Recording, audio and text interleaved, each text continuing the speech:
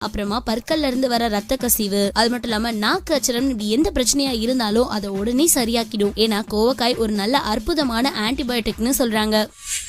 கோவக்காயோட இலை தண்டு இருக்கு பாத்தீங்களா, இது ரெண்டுத்தையுமே கஷாயம் வச்சு குடிச்சிங்க அப்படின்னா மார்பு சளி, சுவாச குழாய் அடைப்பு, இதுக்கெல்லாம் ஒரு நல்ல மருந்தா இருக்குங்க. அது மட்டும் இல்லாம கோவக்காய் தோல் நோய்களை குணப்படுத்துறதுக்கு ரொம்பவே உதவியா இருக்கும். சொல்ல போனா உங்களுக்கு ஏதாவது காயங்கள் இருந்துச்சுன்னா அதுக்கு கோவக்காய் இலைகளோட கொஞ்சமா வெண்ணெயை கலந்து காயங்கள் மேல வச்சீங்கன்னா சீக்கிரமாவே ஆறிடும். பழமையான ஆயுர்வேத நூல்கள்ல என்ன சொல்லியிருக்காங்க அப்படின்னா, கோவக்காயில இருக்க சிறப்பு அம்சங்கள் நம்ம உடல்ல இருக்க ரத்தத்தை சுத்தப்படுத்துறதுக்கு ரொம்ப யூஸ்ஃபுல்லா இருக்கும். மேலும் கோவக்காயில இருக்க மெட்டபாலிக் தன்மைகள் நம்ம இதயத்தை நல்லா ஆரோக்கியமா வச்சிருக்கோம். முக்கியமா மஞ்சள் காமாலை, ஆஸ்துமா நோயாளிகள்லாம் இதை சாப்பிட்டாலே போதும், சீக்கிரமா அந்த பிரச்சனை குணமாகிறதுக்கு நிறைய சான்சஸ் இருக்கு. அடுத்ததா பெண்களுக்கு ரொம்பவே சிறந்ததுன்னு சொல்றாங்க. ஏன்னா நார்மலாவே பெண்கள் கொஞ்சம் சோர்வாதான் இருப்பாங்க. அவங்க உணவுல கோவக்காயை சேர்த்து சாப்பிடும் போது அந்த சோர்வு தன்மையை நீக்கும். அது மட்டும் இல்லாம கோவக்காய் பெண்களுக்கு ஏற்பட்ட அதிகபட்ச வெள்ளைப்படுதலையும் குணமாக்குமா. முக்கியமா சிறுநீர் சார்ந்த நோய்களையும் குணப்படுத்துது.